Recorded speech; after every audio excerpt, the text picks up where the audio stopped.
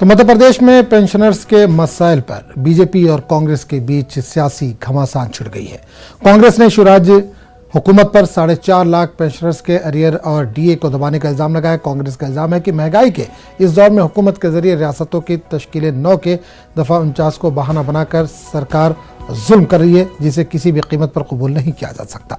वहीं रियासती वजीर दाखिला डॉक्टर नरोत्तम मिश्रा ने कांग्रेस के इल्जाम को मज़ाक़-ए-खेज़ करार दिया। वजीर दाखिला नरोत्तम मिश्रा ने कांग्रेस पर तंज कसते हुए कहा कि सरकार चलाने और मुंह चलाने में फ़र्क होता है।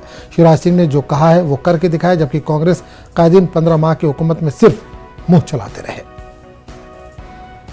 4.5 लाख पेंशनर्स का डीए और उसके एरियर्स को सरकार दबाए बैठी है, उसे तत्काल जारी किया जाना चाहिए।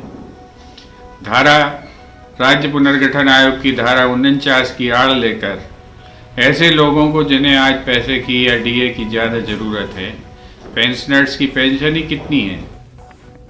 और नजर डालते